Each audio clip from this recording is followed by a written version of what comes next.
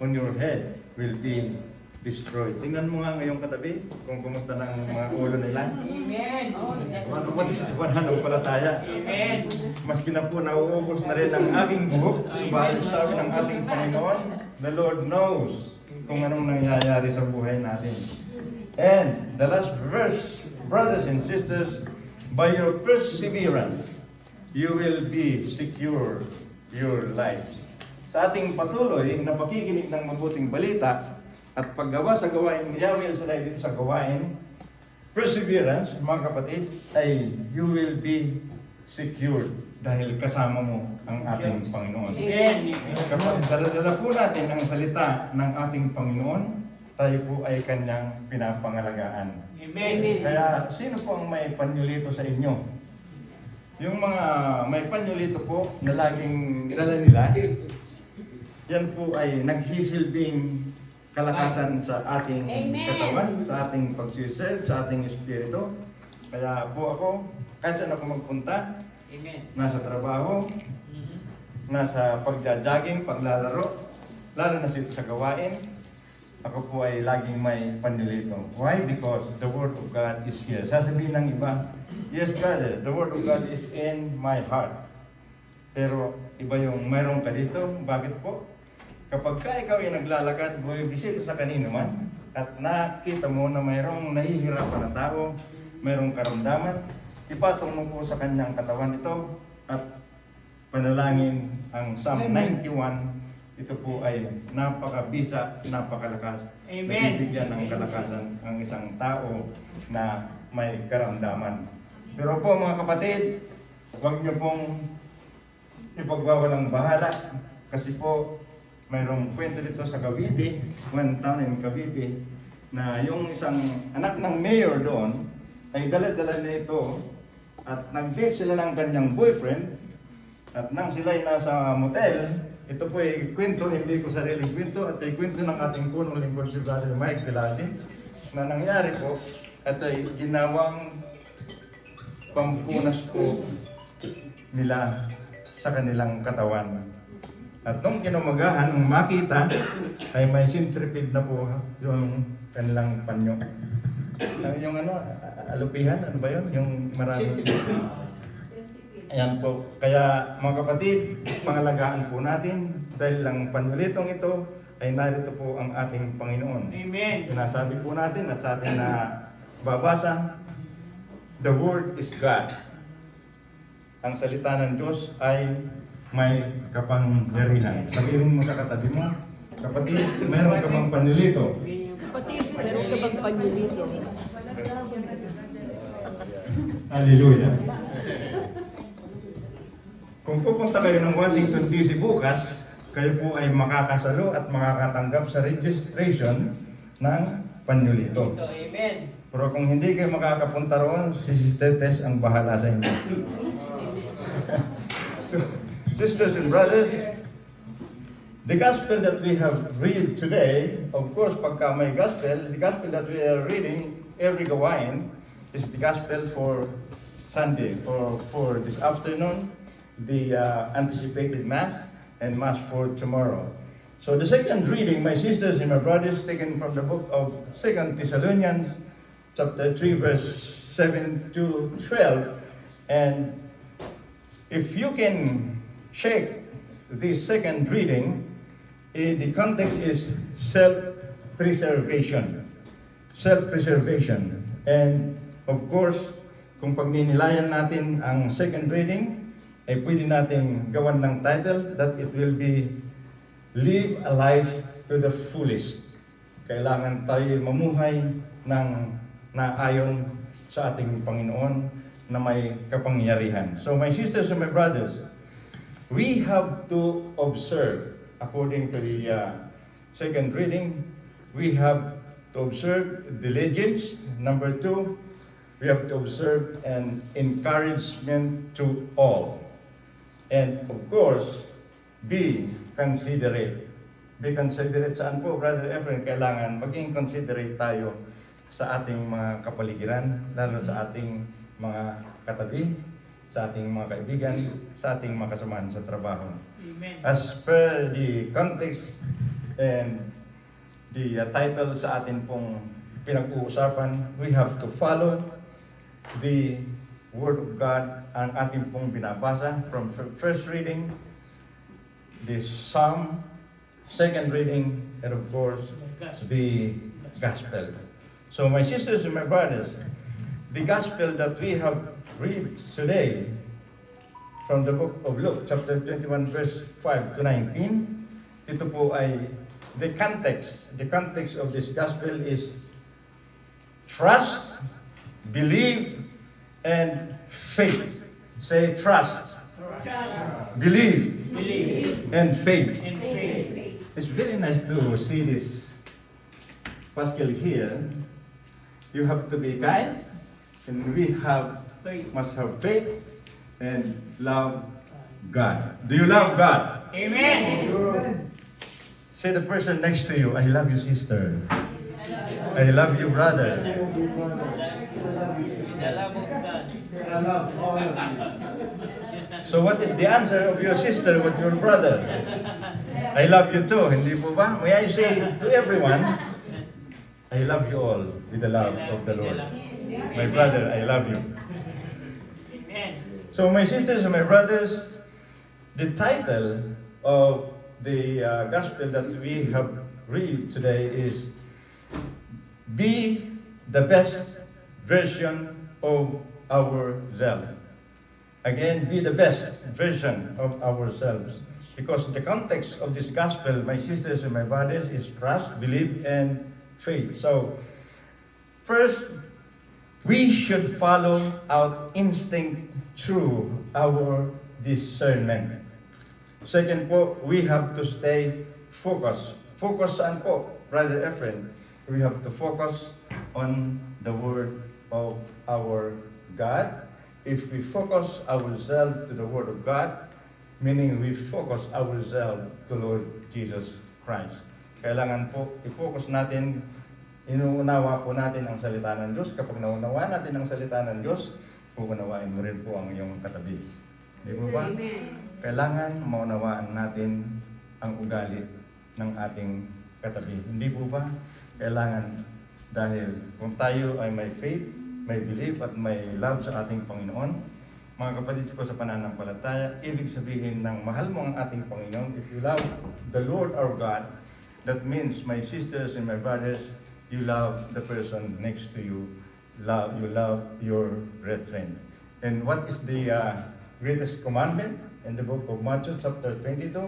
It is says there, love the Lord your God with all your heart, with all your mind, with all your soul, even with all your strength. And the second commandment, which is greatest, love your neighbor as your Salamat sa Diyos. At sila po ay nagbabasa ng Biblia at sila po ay natututo ng salita ng Diyos. So my sisters and my brothers, we should follow our instinct through our discernment, and we have to stay focused once again to our Lord Jesus Christ. We have to focus on the Word of God, and we have to be determined and be a priority to achieve any goals. Ano ang goal ng katabi mo? Sabihin mo sa katabi mo. Ano ang goal mo, sister? Ano ang goal mo, brother? Ang goal natin, mga kapatid, ay yung maging maayos, mabuting tao, upang tayo ay mamuhay na marangal, at pagdating ng takdang panahon sa buhay natin, tayo ay makakasama ni Yahweh El Shaddai. So sisters and my brothers, the meditation to the gospel that we read today is a question for you and me.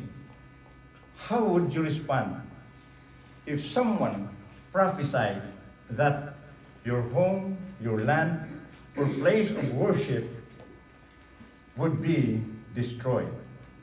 Remember the gospel last Sunday, my sisters and my brothers? Jesus was so mad at pinaghampalos niya ang mga lamisa, yung tinon-over niya ang money changer, at pinagtabuyan niya ang kalapati, ang baka, ang lahat ng paninda nila doon. Bakit? Because the Lord Jesus Christ was so angry dahil ginawa nila ang house of prayer na marketplace. So kapatid, kung ikaw man dito nagmamalasakit ka sa gawain ni Yahweh El Shaddai dito sa Virginia Beach and Norfolk chapter at ito ay ginawang tindahan o pinaggagawang binabastos, mga kapatid, sa pananampalataya, of course, ikaw ay magagalit din. Di ba? Kung si Kristo ay marunong magalit, lalo ka na. Magagalitin ka, di ba? Dati. Ngayon, binago ka na ng ating Panginoon. So, my sisters, my brothers, pumalakpak naman ng malakas ang binago niya. Parang yung unang palakpak, parang kukunti yung binago eh. So, sisters and brothers, by the peoples of being disrespectful, ay yung sinabi ni Kristo noon sa mga tao, last Sunday's Gospel, those people was so disrespectful. They disrespect the temple. Second, Jesus angered due to greediness, due to dishonest, and inconsiderate. Ang ating Panginoon ayaw ng ganun, na ikaw ay greedy. Ano sa Tagalog ang greedy? Sabihin mo sa katabi mo.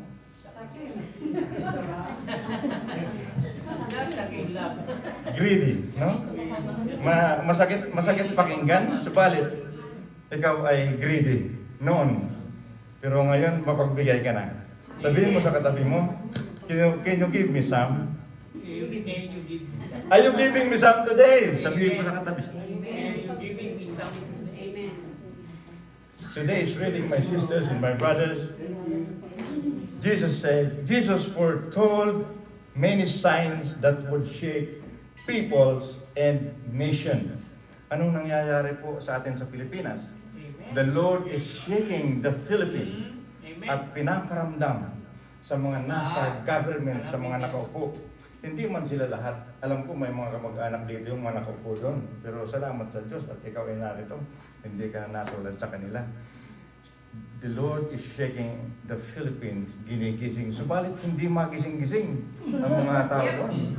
Mga kapatid, kung may kilala kayong nandoon na hanggang ngayon natutulog sa ibabaw ng mga pera nila, gisingin nyo naman sila. But sisters and brothers, so difficult sa mga taong ganun. At tayo ang nahihirapan, naghahanap buhay dito para ipadala sa kanila na nahihirapan doon. Of course, nahihirapan ang ating kalooban kapag nangyayari ang ganyang nangyayari sa ating tiyan. Why? Because the Lord is giving to those people, to that nation, ang mga pagsubok na ganyan upang sila ay magbago. Sabi mo nga, bakit ang kaibigan ko yun? Dati ko kaibigan ng matalik yun. Subalit ngayon, parang ayaw ko na sa kanya. Bakit? Masyado ng makulit at masyado ng greedy at siya po ay hindi na nakikipag-isa sa akin, kaya ako ay nagagalit sa kanya. Kapatid, pag may mga ganyan tao, we have to pray for those people upang sila ay patuloy na baguhin ng ating Panginoong Yahweh El Shaddai. Palakpakan po natin ang ating Panginoon. Para sa iyo at sa akin. Mga kapatid ko, sa pananampalataya, did you write your prayer request? Amen. Kapatid, sa pananampalataya, tayong lahat na tinawag ng ating Panginoon dito sa gawain ni Yahweh El Shaddai, we have to be humble enough. Sabihin mo sa katabi mo, are you humble o hambog?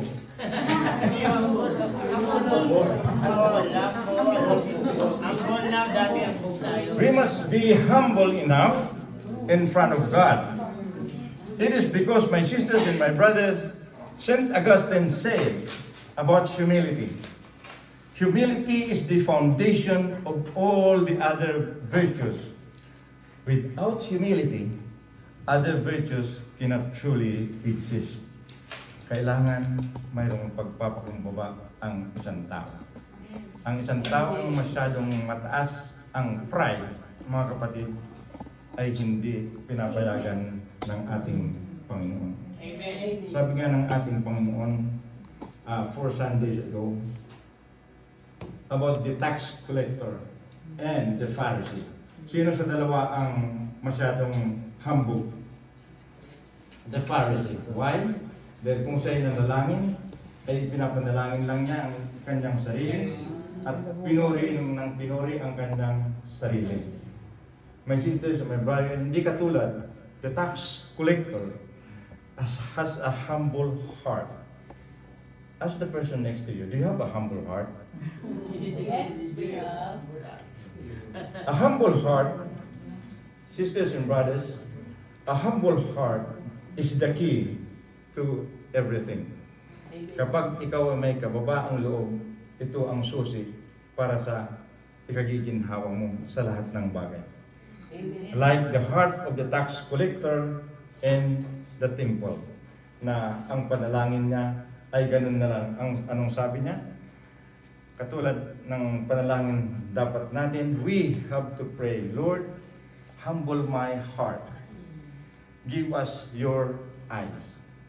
Dahil sabi ng ating Panginoon, the humble tax collector went home right with God, whereas the self-righteous, filled with pride, Pharisee did not. Yung Pharisee ay umuwi na mataas pa rin ang kanyang kalooban at hindi sa pinagpala ng Panginoon. So Amen. Jesus said, whoever humbles himself will be exalted. Sino man ang nagpapakumbaba ay itataas ng ating Panginoon. Amen. Pero yung mga nagmamataas ay ibabagsak ng ating Panginoon. Sisters and brothers, we have 4 Gospels. What are our Gospels? 4 Gospels, Matthew, Mark, Luke, and John. So, sisters and brothers, you and I has Gospels also. Pero hindi yung Gospel na katulad ng sinulat ni Matthew, ni Mark, Luke, and John. But our Gospel, it says this way. Each has written their Gospel, pero hindi natin sinusulat. Ay, paano, Brother Efren? Each of us also writes a Gospel, perhaps not with words, but rather by how we live our lives. How does our Gospel read thus far? Do others learn some good things from our Gospel? Dapat ang taong nakakakita sa iyo at sa akin ay may natututunan na mabuti sa iyo at Amen. sa akin. Ang sa family ba ninyo ay may natutunan na sa inyo? Of course. Parang tatatlo yung sumagot. Pero sisters and brothers, truly, nasabi niya, if one member of the family attended the church or attended the ministry of El Shaddai, ang lahat sa pamilya ay maliligtas. Amen. Amen. Maliligtas, why? Because you are sharing the word of God to the members of the family. Kung ikaw lang nag-attend dito and you do not share the word of God, what you learn here, what you heard from the preacher, from the priest, ay ayaw mo kung maliligtas yung mga tao sa bahay ninyo. So ang sinasabi ng ating Panginoon, we have to listen to the word of God. Ilagay po natin sa ating puso at isipan, at ito'y i-share natin, number 1, sa ating tahanan, sa ating trabaho, pangalawa, at sa mga tao sa ating kapaligiran. So sisters and brothers, do others learn some good things from our gospel, from your gospel? Dapat sila po ay mayroon ding matutunan. Amen. My sisters and my brothers, if you are generous enough, not just to give money, material things, give something, the best from God, which is the Word of God, Amen. sila po ay Amen. maliligtas din. Amen. Like St. John and St. Peter, when they visited the temple, in the main entrance of the temple, there's a crippled man, at siya po ay namamalimos. Namamalimos ng coins, ng pera. But when Peter and John arrived at the main entrance, they said to the crippled man, we don't have anything to give you, but we have something for you. Ano sinabi ni St. Peter? Rise up, young man. Rise up, young man. And the young man rise up, stand up, nagtunugan ng mga buto. Yung crippled man, he stand up and jump, praising the Lord our God because he has been healed because of the word of God that Peter and John told him. Sisters and brothers, kung ikaw ay patuloy nakikinig ng mabuting balita, ang panlilitong mong yan at tinataas sa ating Panginoon, if you wanna pray for that when you wake up in the morning, at noontime, at 6 p.m. or before your bedtime, mga kapatid, ang salita ng Diyos, sabi nga ng nakilala ko, ang salita ng Diyos na yan, sa araw-araw mong binabasa, araw-araw mong nire-recite, na nami-memorize mo. Hindi po ba? Amen. Di ba most of you memorize the Psalm 91? Because according to the Lord our God, whoever loves me will be protected. Psalm 91 is our protector, the word of God. He is Amen. our protector. Amen. So my sisters and my brothers, if you and I will continue to pray for Yahweh El Shaddai interventions Amen. of grace and mercy. Tayo po ay bibigyan ng grasya, tayo ay bibigyan at kaawaan ng ating Panginoon. Amen. 5 weeks ago, 5 Sundays ago, what did the leprosy or the lepers said to Jesus Christ? Lord, have mercy on us. Hindi nila sinabing, Lord, heal us. Sinabi ng 10 lepers, Lord, have mercy on us. Kailangan daw, if we are praying, asking the Lord our God, maging mapagpakumbaba tayo at sabihin natin, Lord, mahabag po kayo sa akin, maawa po kayo sa akin. Kaawaan ka, kaawaan tayo Amen. ng ating Panginoong Yahweh El Shaddai. Pray and pray and pray. Sabi nga the word push, how many letter? 4 letter, push. Sabihin mo P, P U, U S. S H. What does it mean? Pray until something happens. So sisters and brothers, tunay po na kung tayo patuloy na mananalangin, humihiling tayo ng awa at grasya sa ating Panginoon, tayo ay kaawaan ng ating Panginoong Yahweh El Shaddai. Jesus said there would be many signs of impending conflicts and disasters such as wars, famines, diseases, tidal waves, and earthquakes na nangyayari na po sa Pilipinas at sa karatig nating nasyon. Why? Again, shaking. Gising na. Gising, subalit hanggang ngayon sila ay hindi nagigising. In the book of Romans chapter 2, 16, and also the book of Luke chapter 12, verse 2 and 3, sabi, in that day, when the Lord returns, there will be a final judgment of the living and the dead. When the secrets of every heart will be brought to light. Hindi po physical na buhay o patay, kundi ang mga taong patay ang pananampalataya sa Diyos. Dapat sila ay mabuhay. Kaya yung mga ginigising ng ating Panginoon, tulungan natin sila sa panalangin na magising po sila upang ang mga budget sa flood control na yon ay maibalik nila sa dapat paglagyan. Amen. So sisters and brothers, tunay po na nakakaawa na ang ating bansang Pilipinas na minamahal. We need to recognize the signs of God's judgment, mercy, and grace to save us. Kailangan tayo po maligtas sa pagdating ng takdang panahon. At pinapalalahanan po tayo ng ating Panginoon. God reminds us that the future judgment and outcome awaits every individual who has lived on this earth. Ano ang reward sa atin?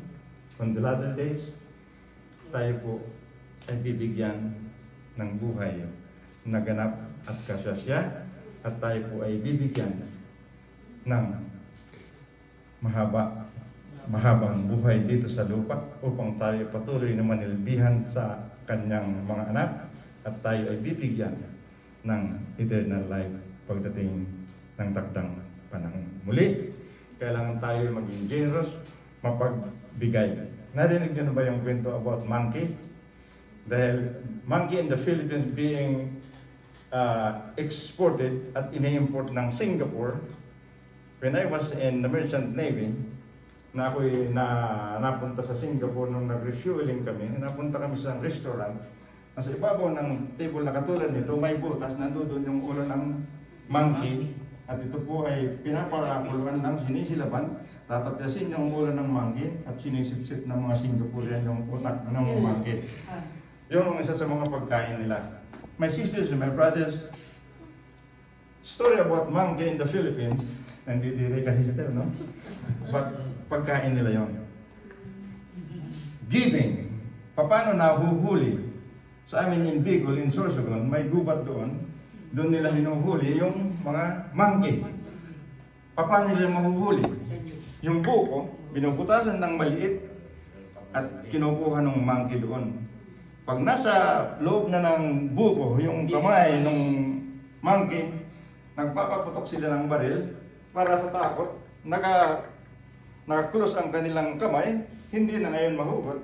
Huli sila dahil hindi nila madala yung murang mabigat na anyo. Kaya mga kapatid, kapag ikaw ay masyadong madamot, laging naka-tigom ang iyong kamay, huli ka ng ating Panginoon. Kailangan tayo ay mapagbigay. Kaya mga kapatid, itong prayer request na ito, kailangan tayo ay nagbibigay pabalik sa ating Panginoon upang ang salita ng Diyos na ito ay mapalaganap sa buong sanlibutan. Hindi ito mapapalaganap kung tayo ay kuripot sa pagbibigay sa simbahan si Padre John.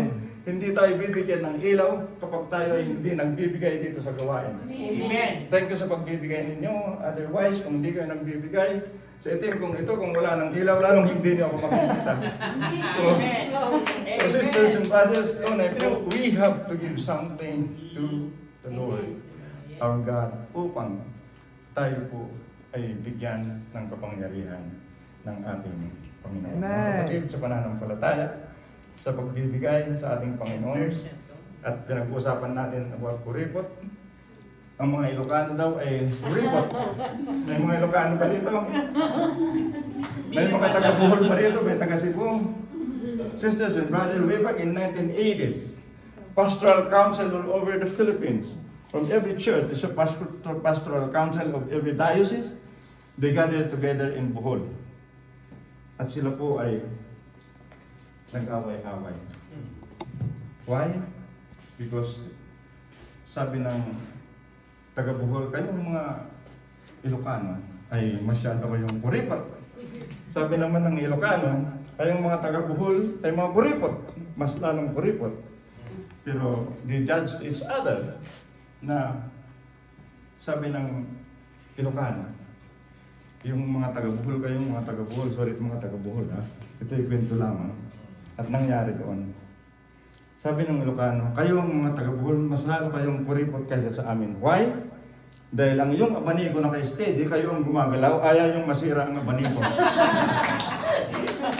And at the same time, my sisters, my brothers, nag-aaway sila tungkol kay Jesu Cristo. The Boholano says that Jesus Christ was born here in Bohol. Huwag niyo kaming mamaliitin. And the Ilocano said that, no, Jesus Christ was with us. He was born in Ilocos. Dahil nandoon sa crucifix, kayo ay may crucifix, ano? Nakalagay sa ibabaw. Anong nakalagay? I-N-R-I. Sabi ng mga taga-Ilocos, sabi na, si Ilocos Norte Region 1. That's from us.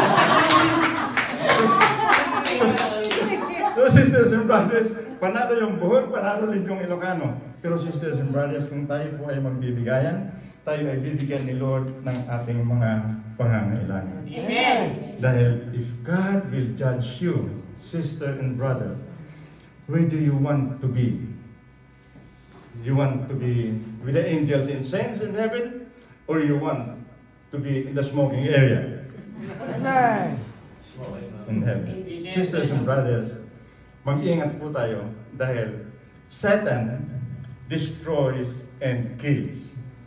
But God restores and gives life. Amen. Do you understand that? Yes. Narinig yung bang English ni Brother Efren? Satan destroys and kills, but God restores and gives life. Amen. Sa Pilipinas, may Coca-Cola at saka Pepsi-Cola. Nag-aaway din sila because of advertisement. Di ba? Sabi ng Coca-Cola, sabi ng Coca-Cola, Coca-Cola adds life. Mag-advertise naman ng Pepsi-Cola. Pepsi-Cola gives life. Ang dami nilang gustong mangyari, no? Gusto na, pero tayo, mga anak ni Yahweh El Shaddai, hindi tayo nagpapaligsahan. Ibig sabihin, tayo po ay magtulungan. Tayo po ay magbigayan. Dahil tayo ay mga anak ni Yahweh El Shaddai. Kapatid, kailangan, we don't have to be deceived by these evil forces. In the book of John, chapter 8:44 says, Jesus called Satan a murderer who turns brother against brother and the father of lies. Sino po itong Satan na ito? Si Lucifer. Si Lucifer ang Angel. dating Angel. angel ng ating Panginoon. Subat sila po ay bumaliktad. Sana walang babaliktad dito. Ano? Amen. Tayo ay mga angels in sense of God Amen. pagdating po Amen. ng ating mga panahon sa bawat isa po sa atin. So sisters and brothers, kaya pag-iingatan ang inyong katabi. Sabihin mo sa katabi mo, pag-iingatan kita. Pag-iingatan ko kayo. Tingnan mo nga yung katabi. Hindi naman mukhang evil yan, kundi mukhang angel yan. Di ba? Hallelujah. Glory to God. Glory to Christ Jesus. We have to have endurance, mga kapatid, sa ating pagsisilbi sa ating Panginoon, pagsisilbi sa ating kapwa. Say endurance. Endurance. Never gives up hope in God. Palagi tayong mayroong pag-asa dahil nandyan sa atin ng ating Panginoon, nakatuon, nakatingin sa atin, tayo ay bibigyan palagi ng pag-asa ng ating Panginoon. Kaya po sa ating sinulat dito na kung 31 years na tayong hindi sinasagap ni Yahweh El Shaddai, 31 years na ba tayo? 27. Magti-31 pa lang, no? 28. Magti-28. Oh, mag-27. Biro mo, ano? Kung 28 years ka na dito sa gawain, pwede ka nang magkasawa. 28 years old ka na, no? But sisters and brothers, may umayok dito, dalaga yata ito eh. So sisters and brothers, kung tayo magti-28 years na sa gawain, tayo po ay marami nang natutunan sa gawain. So, endurance, sabi, in the book of Hebrews, chapter 12, verse 2 says, endurance is linked with godly hope. The supernatural assurance that we will see God face to face and inherit all the promises He has made. Jesus is our supreme model and pioneer who endured the cross for our sake. Siya po ay lumipa, nagpakamatay para sa iyo at para sa akin. Amen. So kapatid, pagnilayan po natin kung ano ang ginawa ni Kristo sa iyo at saka sa akin. Kapatid, kung nakikita po ninyo na nakapako si Kristo dyan, sabi ng ibang sikta, bakit hanggang ngayon pinapahirapan niyo pa si Kristo nakapako dyan? Kapatid, they didn't even know ang ibig sabihin ng Catholic faith. Ipinapakita sa atin yun kung paano naghirap ang ating Panginoon, ang respeto natin, ang pagtingnan natin na siya po ay nagpakamatay sa krus para sa iyo at sa akin nang ma-redeem ang kasalanan natin from ating mga ninuno. God shows His love for you and me, for us, that while we were yet sinners, Christ died for us. You can read it in the book of Romans chapter 5 verse 8. Jesus willingly shed His blood for you and me to win for us pardon and peace with God. Do you have joy in your heart? Amen. Hello. Do you have joy in your heart? Amen. Our joy and privilege is to take up our cross each day to follow the Lord Jesus Christ. Kapatid, sa kwento ng isang nag-life in the spirit seminar, sabi ng pare, tomorrow, you have to bring all your crosses, what you have crossed in your home. Bring it here. Final day. Pagdating ng isang mama, pasan-pasan niya yung kanyang asawa. Father, this is my cross. Sisters and brothers, we have to pray to our God whatever crosses you are experiencing. So mga kapatid, yung taong napapagal in serving Him through His brethren, binibigyan ng kapahingahan ni Lord at kagalakan at walang kinakatakutan dahil kasama niya si Yahweh El Shaddai. We do not need to fear our adversaries, sabi ng ating Panginoon sa Gospel. What will attract others to the truth and power of the Gospel? When they see Christians loving their enemies, being joyful in suffering. Kailangan, anuman ang nangyayari, may mayroon tayong joy sa ating puso. Dahil Jesus said in the Gospel, whatever circumstances or whatever happening in your life, be thankful to God. Kung ikaw ay may nararamdaman ngayon, magpasalamat ka. Mabuti may pakiramdam ka pa. Sabi ng ating punong lingkod, sabi nga, anong pakiramdam mo, sister? Ito po, ang tiyan ko, ang balakang ko. Ang magandang gawin mo, ano po, Brother Mike? Huwag mong pakiramdaman. Sutil si Brother Mike, pero may katotohanan. Huwag mong mamahalin ang nararamdaman mo, ipanalangin mo sa Diyos na ikaw ay pagalingin ng ating Panginoon. Di ba? Yun ang gusto ng ating Panginoong Yahweh El Shaddai. And sisters and brothers, are you ready to lay down your life for Christ and to bear witness to the joy and freedom of the gospel? Amen. Patid sa pananampalataya, at this very moment, I would like to share with you what I had from Ambil. Ito'y pinanalangin ng ating punong lingkod, blinis ni Bishop Bacani. Ito'y ginamit ko last week and last Saturday, the same day, today, last week, in Chicago. Ito'y ginamit ko, pinahiran ko yung mga disciples noong Biyernes ng gabi. And then, the following day, Saturday, last week, pinahiran ko yung gustong mag-anoint ng blessed oil. Di pa ako natatapos na sabihin yung lahat. Nagtayuan na kaagad dito sa harapan at gustong magpa-anoint ito. Especially yung mga karamdaman. Kapatid, hindi lang lahat gusto magpapahid, subalit hindi lahat na may karamdaman ang siyang nagpapapahid nito na anoint ng oil.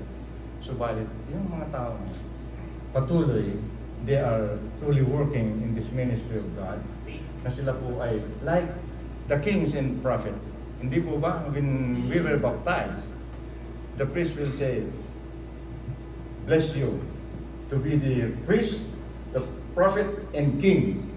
At yung mga pari na yon, mga prophets, they've been anointed, even the king, by blessed oil.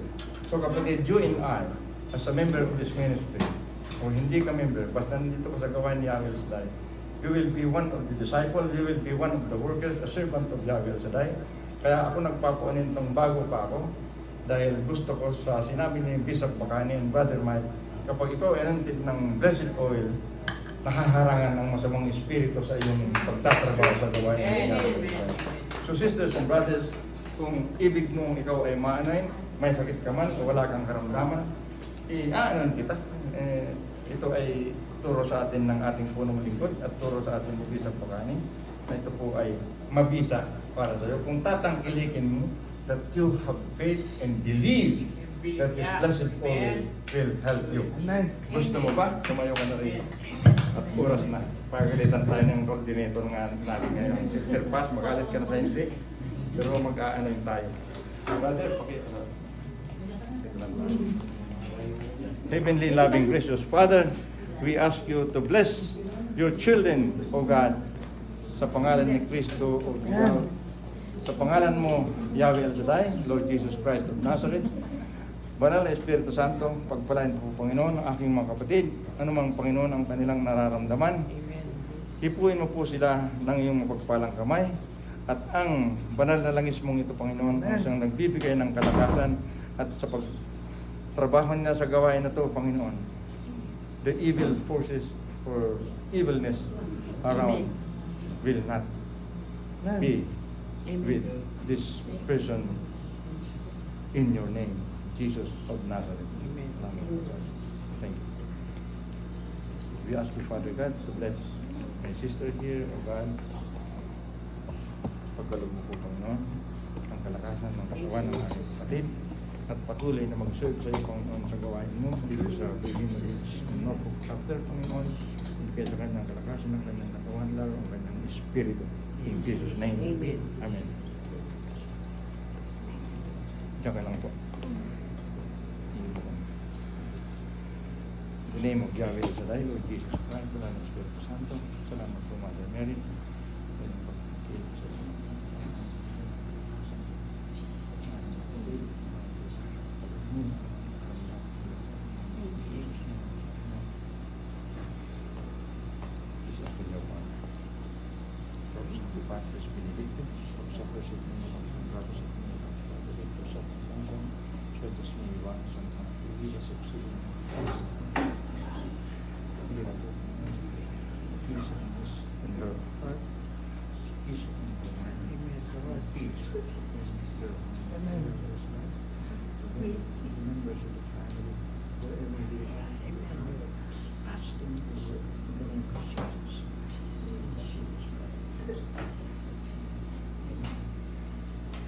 pagpalain mo po, Panginoon, ang aking kapatid, kasama ang kamay ng mga sa buhay, pagpalain sa kanila, pagpalain. Amen. Amen.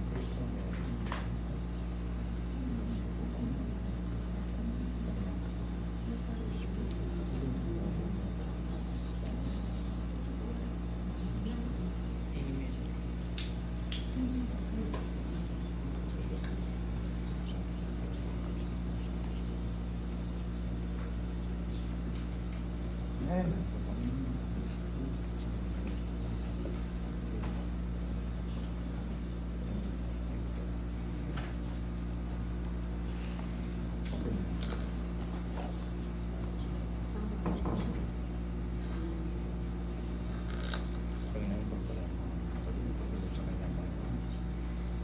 Pagpalain mo sa kanyang lakas. Kasi hindi ka na pagpalain mo.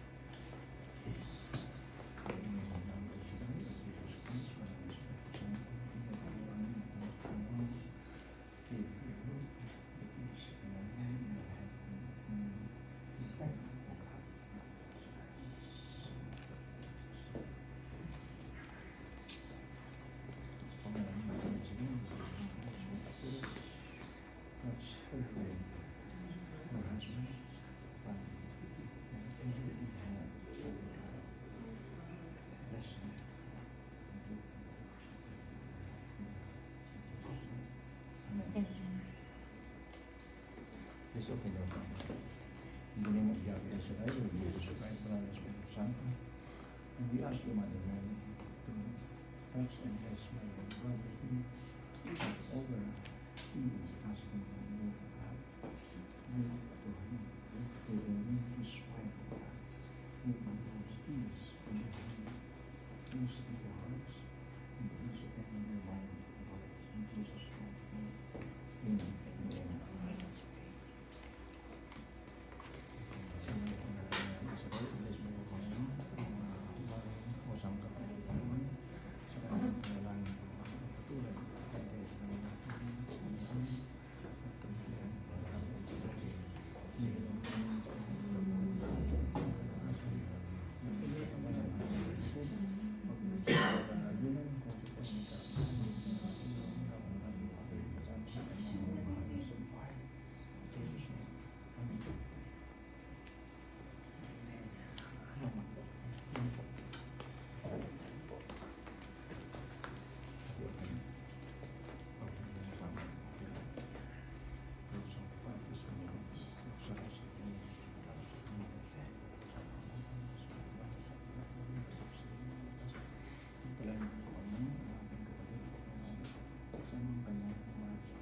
Jesus. Thank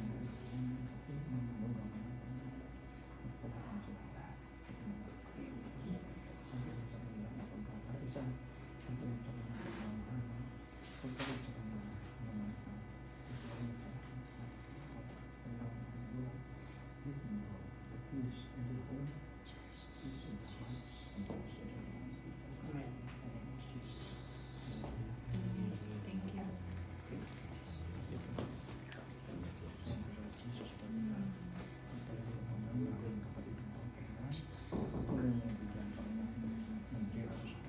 Jesus.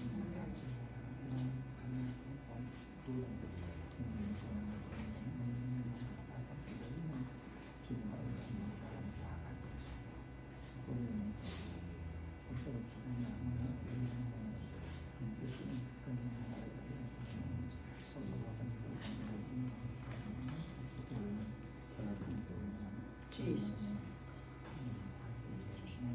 Amen.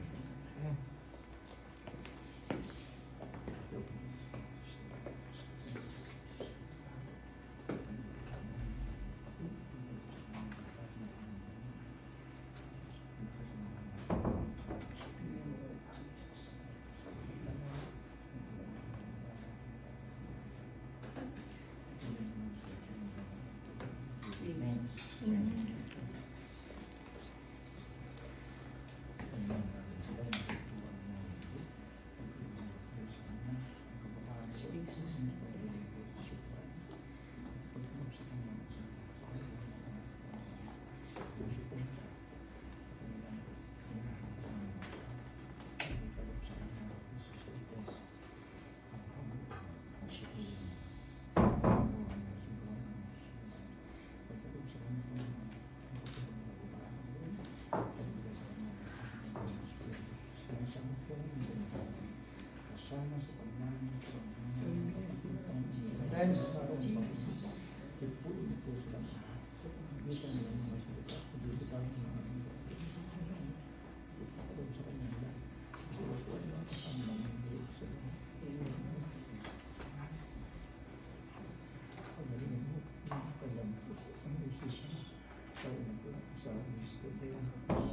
Jesus. Amen.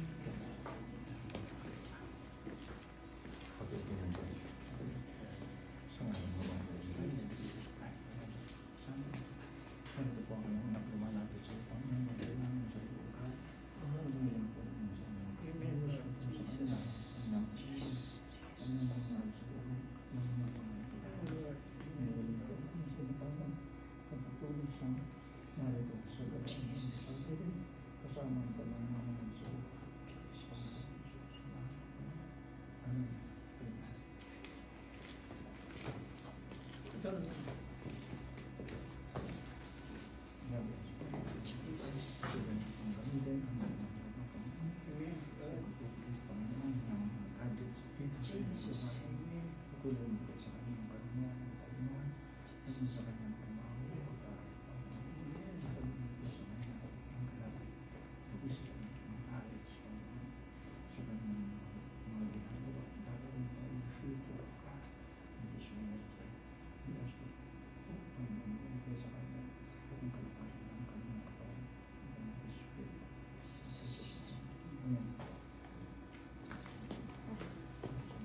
Sige.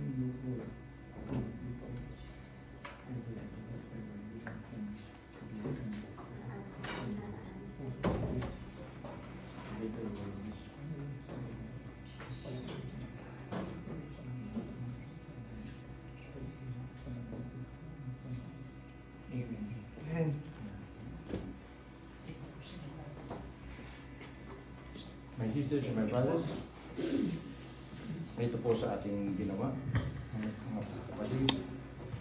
In the book of James, chapter 5, verse 13 and following, the Lord says, is anyone among you suffering? He should pray. Is anyone in good spirit? He should sing praise. Is anyone among you sick? He should summon the presbyters of the church, and they should pray over him and anoint him with oil in the name of the Lord. Amen. And the prayer of faith will save the sick person, and the Lord will raise him up. If he has committed any sin, he will be forgiven. My sisters and my brothers, sa ating pong final song, bago po natin awitin, hiniling ko po sa inyo na tayo ay patuloy